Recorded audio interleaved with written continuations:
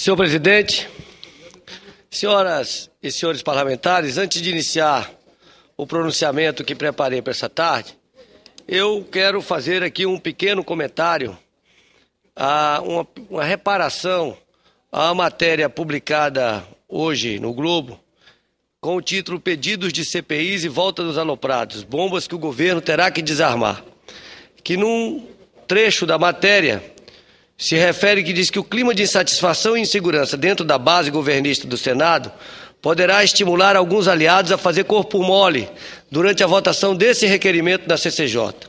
Nos bastidores, os rumores são de que o PSB estaria querendo o sangue de Mercadante, desde que descobriu que o ministro elaborou um dossiê apontando irregularidades na gestão do ex-ministro Roberto Amaral. Eu quero registrar que não é tradição do PSB atuar dessa forma, não trabalhamos com retaliação, não entendemos que a nossa contribuição para a ciência e tecnologia é uma contribuição propositiva, uma contribuição no sentido de garantir mais recursos, de garantir recursos regulares, recursos significativos para o segmento.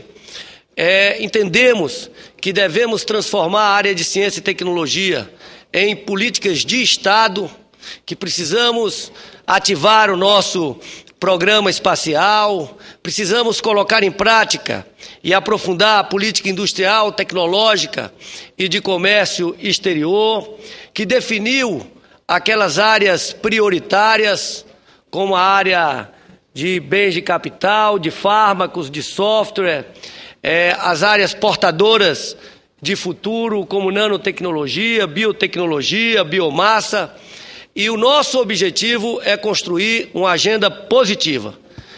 Entendemos que o ministro Aloysio Mercadante reúne todas as condições para dar continuidade ao excelente trabalho desenvolvido à frente daquela pasta pelos ministros Roberto Amaral, Eduardo Campos, Sérgio Rezende. Portanto, quero registrar que absolutamente não procede a informação de que o PSB faria corpo mole para fazer voltar um tema que, para o nosso entendimento, é um tema superado.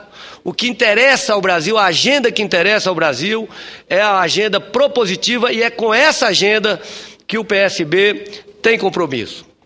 Mas quero registrar que subo à tribuna no dia de hoje para fazer uma reflexão sobre uma droga que não respeita limites, uma droga que destrói e dilacera vidas e famílias inteiras, uma droga que atende pelo nome de crack.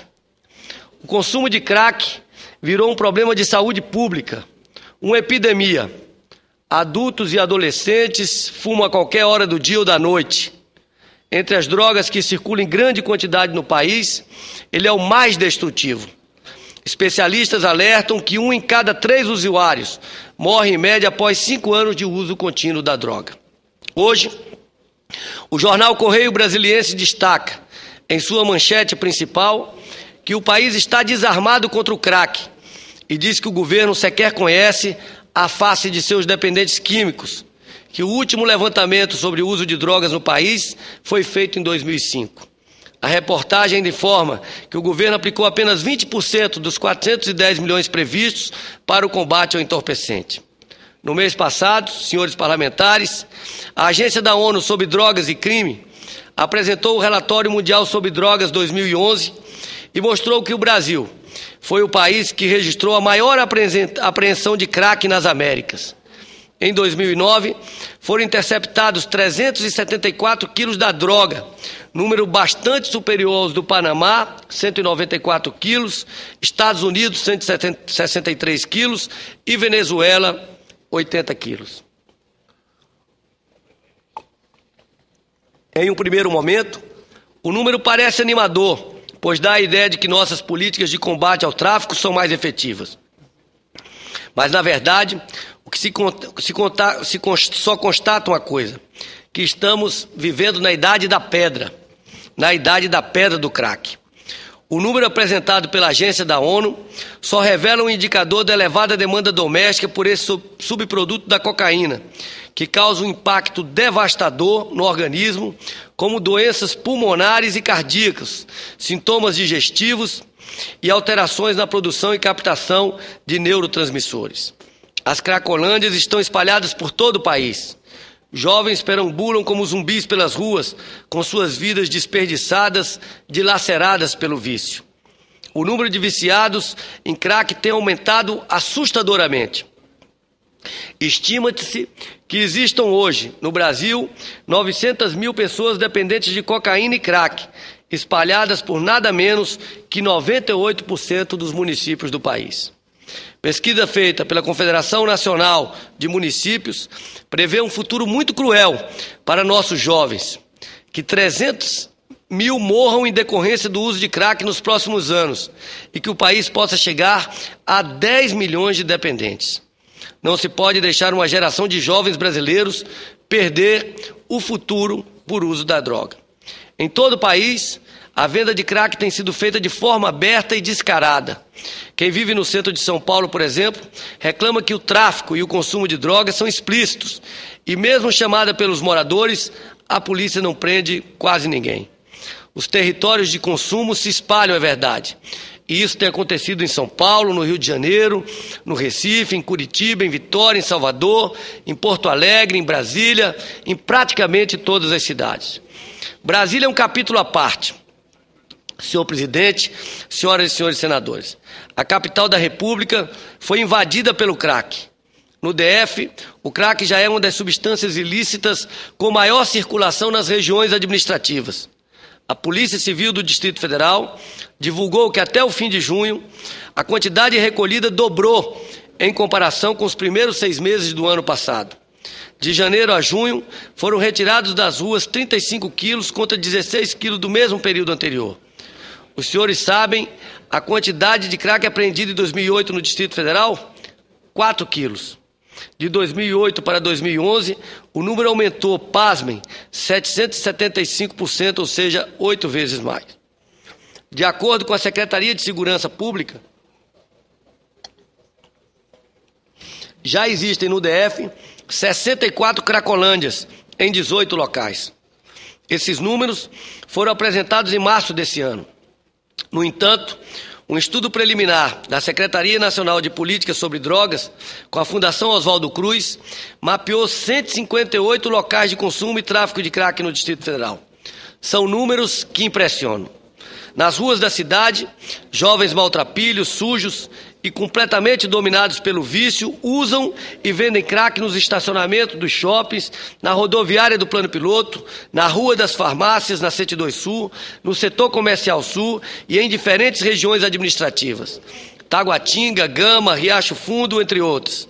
Na cidade de Ceilândia, a 25 quilômetros de Brasília, dá para encontrar usuários de crack vivendo nos subterrâneos da rede de esgotos. Isso é inadmissível. Confesso que caminhar por certas ruas do Distrito Federal tem sido doloroso, angustiante. Não posso negar que o governo Aguinaldo tem trabalhado para coibir o tráfico de drogas.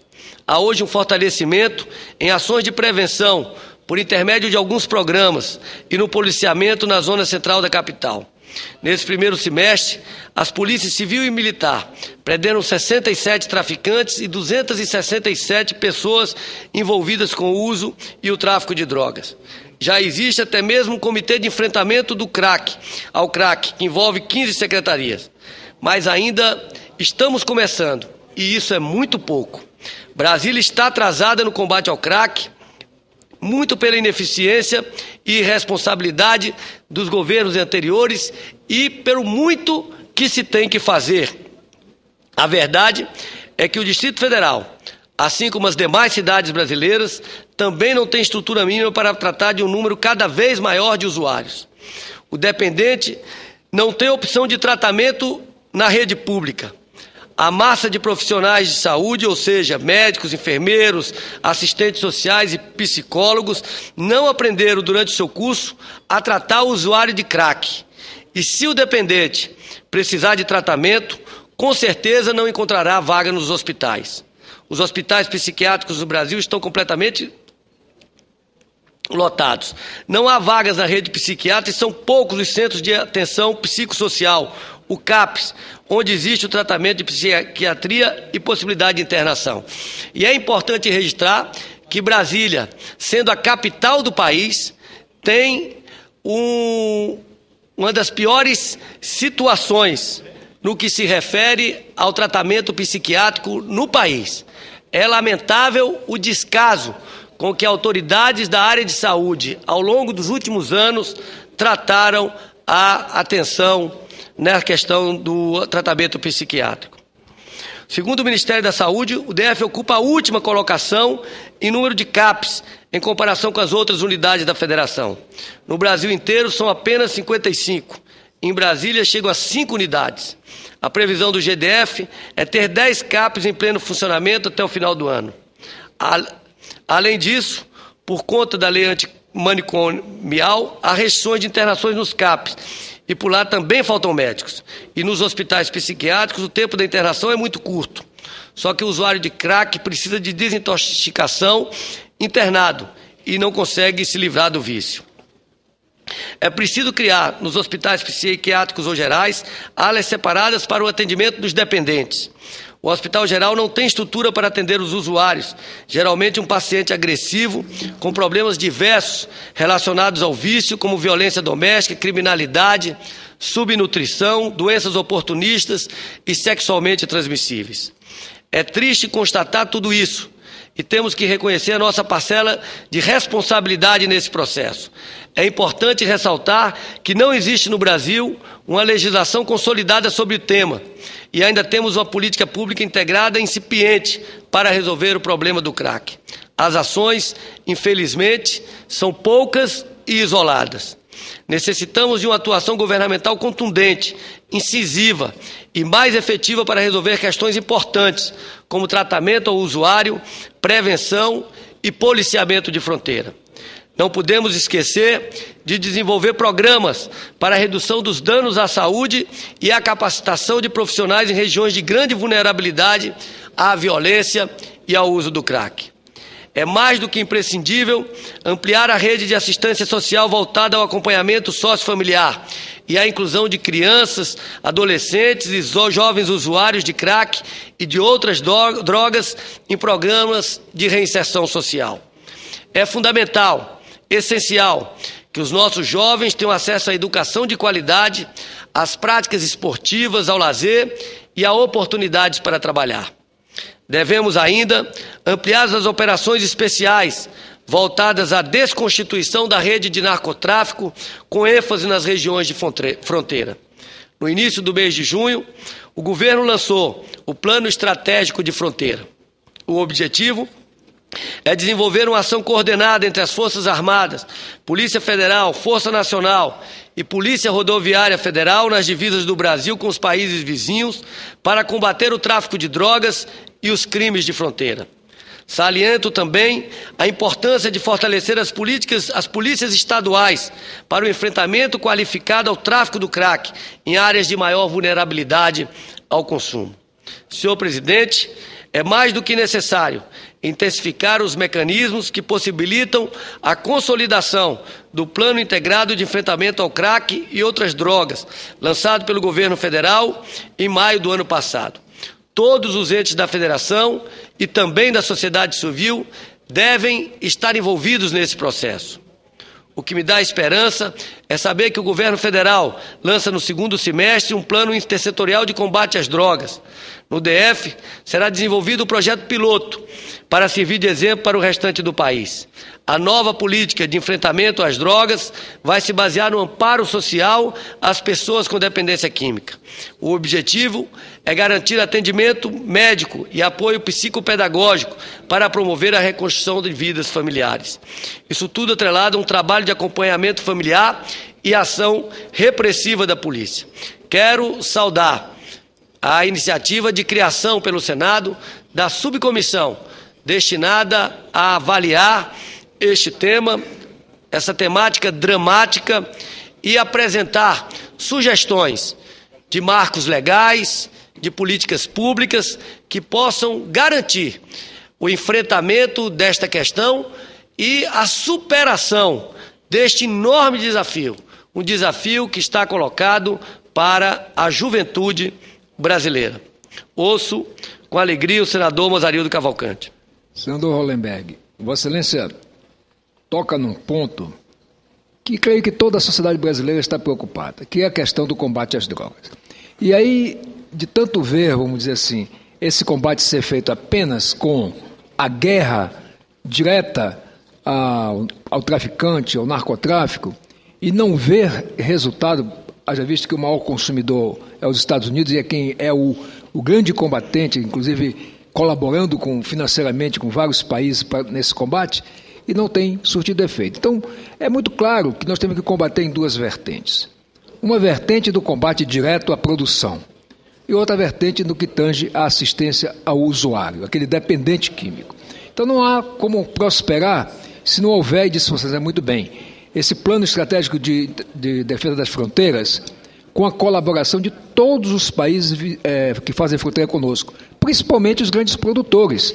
Se não houver essa reciprocidade de um trabalho conjunto, e nós vemos que isso já está acontecendo com as forças armadas de alguns países vizinhos, é muito fundamental que, além disso, exista do lado de cá, vamos dizer assim, na questão da assistência ao usuário, você já colocou, como, na verdade, na prática, muitos governos estaduais e mesmo o governo federal não têm dado um combate muito sistemático. Esse plano que a presidente Dilma lançou, de plano intersetorial de combate às drogas, é fundamental. Tem que envolver todas as áreas do governo, todos os governos estaduais, municipais e a sociedade, aí representada pelas diversas igrejas, sociedades instituições da sociedade civil, como Rotary, Lions, maçonaria e todas as outras que possam colaborar. E aí a participação do Senado, dessa subcomissão que Vossa Excelência refere, é muito importante. Tem que haver uma mobilização nacional nas duas pontas. Ao Estado cabe combater os narcotraficantes, os produtores, e também dar assistência ao usuário, e aí é um trabalho que não pode ser só do Estado, tem que ser da sociedade também. Parabéns, portanto. Muito obrigado, senador Mozarildo, por vossa contribuição a esse pronunciamento. Entendo que temos uma responsabilidade em combater o tráfico, isso é fundamental, o tráfico de drogas, de uma forma geral, o tráfico de armas, mas entendo também que é uma questão dramática o tratamento dos usuários, dos dependentes de crack. Ao longo da campanha, tive depoimentos realmente que me sensibilizaram profundamente, de pessoas. Fui procurado por uma pessoa viciada que buscava um servidor público, que buscava o tratamento e não conseguia achar tratamento. O Estado não oferecia tratamento para um dependente que queria sair daquela situação. Como tive também um depoimento de um empresário no centro de Ceilândia, dono de uma joalheria, que estava fechando o seu negócio porque não aguentava mais ser assaltado por usuários de crack, e visivelmente mostrava nas ruas as pessoas de forma degradante, dormindo pleno sol, largado no meio da rua, completamente drogados, em condições degradantes, em condições subhumanas. E percebemos claramente o despreparo do Estado para tratar desses dependentes químicos. E entendo que, do ponto de vista para evitar novos dependentes, novos usuários, a necessidade de implementarmos a educação em tempo integral, as atividades regulares de cultura, de esporte, de lazer, a qualificação profissional em larga escala no país, sem dúvida dará uma contribuição enorme para ocupar de forma produtiva, de forma positiva,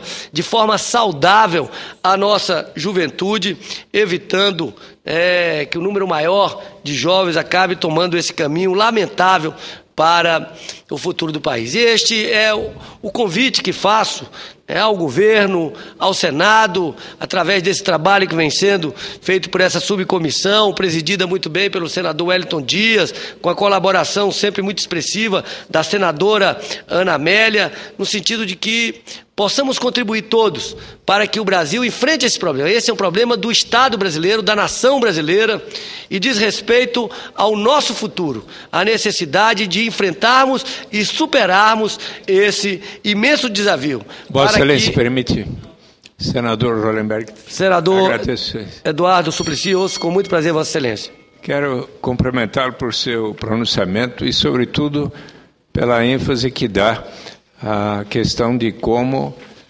justamente se procurar transmitir aos jovens, seja aqueles que não se envolveram ainda com qualquer tipo de droga, com a prática e uso e consumo de drogas, mas inclusive com aqueles que porventura já tenham iniciado este caminho inadequado, mas sobretudo a ênfase na questão da prevenção, da educação, do encaminhamento e possibilidade de recuperar a condição daqueles, como o que Vossa Excelência agora relata, ainda um servidor público que o procurou para, tendo se envolvido com a utilização de drogas,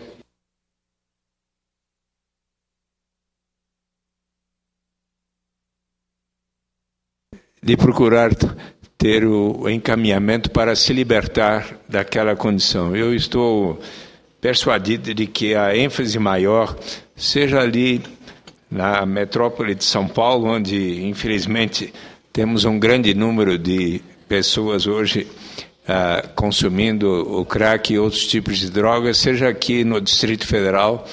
Ainda hoje o Correio Brasiliense dá destaque a este assunto e Vossa Excelência, com propriedade, e inclusive ressalta o trabalho feito pela subcomissão presidida pelo senador Wellington Dias, que tem ouvido os mais diversos depoimentos de pessoas que têm estudado o assunto. Então, eu avalio que a proposição relativa à descriminalização das drogas pode ser estudada. Acho que, inclusive, a senadora Ana Amélia propôs que venha ao Senado Federal o ex-presidente Fernando Henrique Cardoso para um debate sobre o assunto. Acho que deveremos estudar este assunto com muita seriedade, isenção, mas o trabalho principal é exatamente aquele de se prevenir, se educar, se encaminhar